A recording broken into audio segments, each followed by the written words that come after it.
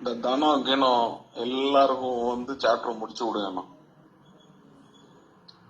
Start பண்ணி விட்டாச்சுல, நான் நீ வாரேன். நான் ஒன்னே ஒண்ணுதான் உங்ககிட்ட சொல்றேன்.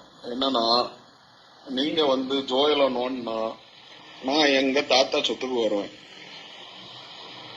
சிம்பிளான விஷயம் தான். நான் இனி டெலிட் பண்ண போறது இல்ல.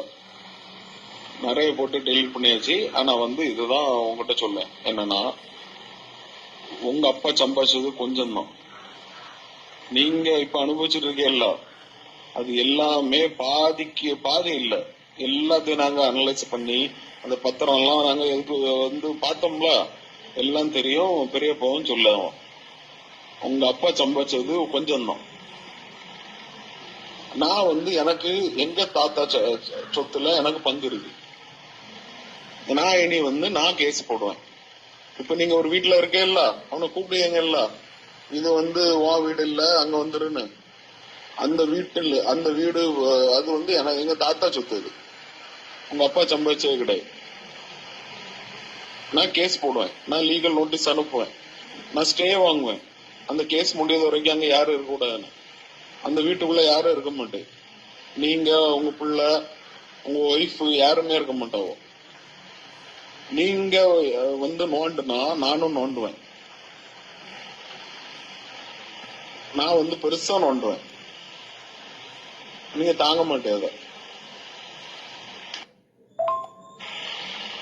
எவ்வளோ மெசேஜ் போட்டுட்டு டெலிட் பண்ணி பார்த்துட்டேன், ஒரு மரியாதையா பேசுவான்னு சொல்லிட்டு.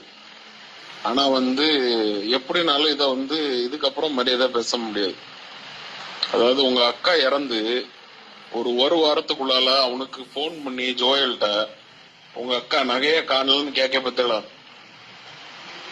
இதுக்கு வேண்டிதான் உங்க மாலாக்கா எங்களை கார்டியனா போட்டிருக்கு. புரிஞ்சா?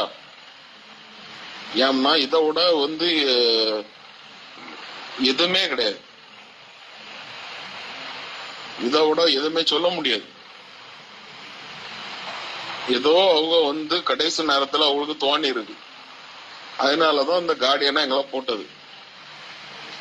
ஏன்னா ஒரு வாரத்துக்குள்ளாலே அவனை போன் பண்ணி உங்க நகை இல்ல, நீங்க எங்கெங்க போய் என்னென்ன வந்து எல்லாம் விசாரிச்சீங்கன்னு எல்லாம் எனக்கு தெரியும். அங்க ஒவ்வொரு இடத்துலயும் பேங்க்லயும், கேனரா பேங்க்லயும், கேனரா பேங்க்ல ஐஎஃபிலையும் எல்லாத்துலயும் நீங்க பண்ணது எல்லாமே எனக்கு தெரியும். ஏன்னா இதுக்கு வேண்டிதான் எங்களை கார்டியனா போட்டது.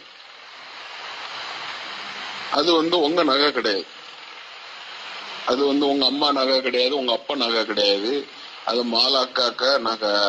அது வந்து அவனுக்கு மாலாக்கா தாலி வந்து என்கிட்ட தான் இருந்து, அவ ட்ரீட்மெண்ட்ல இருக்க சும்மா ஃபுல்லா என்கிட்ட தான் இருந்து என்கிட்ட தான் தந்துட்டு போனாவோ. ஏன் உங்ககிட்ட தரல? நீங்க ஆஸ்பத்திரியில தானே இருந்து, ஏன் உங்ககிட்ட தரல? ஏன்னா அத வந்து என்கிட்ட சொன்னாவோ, இத வந்து ஜோயலுக்கு தான் போகணும் அப்படின்னு சொல்லி. அதனால அது என்கிட்ட தான் இருக்கு, அவனுக்கு தான் போகும். இது மட்டும் இல்ல, மாலாக்காக்க ஒவ்வொரு கம்மல் வரைக்கும் அவனுக்கு தான் போகும். அது நீங்க வச்சிருக்கலாம், இப்போ நீங்க என்னவும் பண்ணலாம். ஆனா எல்லாமே அவனுக்கு தான் போகும். அவனுக்கு ரைட்ஸ் என்னவோ அது அவனுக்கு போகும். நான் கூட வந்து கொஞ்சம் விட்டுலான்னு பார்த்தேன். சரி, ஏன்னா எனக்கே அவ்வளவு சொத்து இருக்கு, ஜோயலுக்கு நான் பாத்துக்கலான்னு பார்த்தேன். ஆனா அப்படி விட மாதிரி தெரியல. இப்போ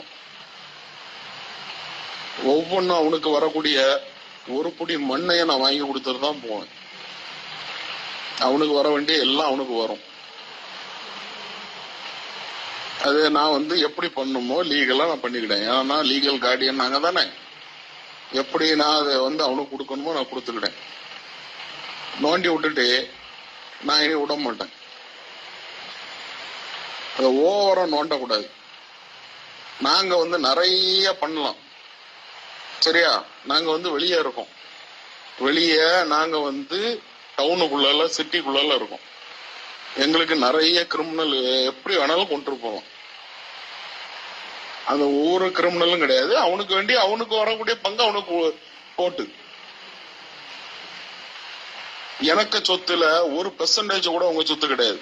அது மட்டும் தெரிஞ்சுக்கங்க. நீங்க காட்டுக்குள்ள வச்சிருக்கீங்க எவ்வளத்தையும். எனக்கு வீடே 10 கோடிக்கு மேல போகும். எனக்கு எனக்கு சொத்துல 1% கூட உங்க சொத்து கிடையாது. இது சொத்தை பத்தியே கிடையாது, பைசாவை பத்தியும் கிடையாது. நான் எல்லாத்தையும் விட்டுலாம் தான் இருந்தேன், ஆனா இனி விட மாட்டேன். நான் ஒன்னே ஒண்ணுதான் உங்ககிட்ட சொல்லுவேன், என்னன்னா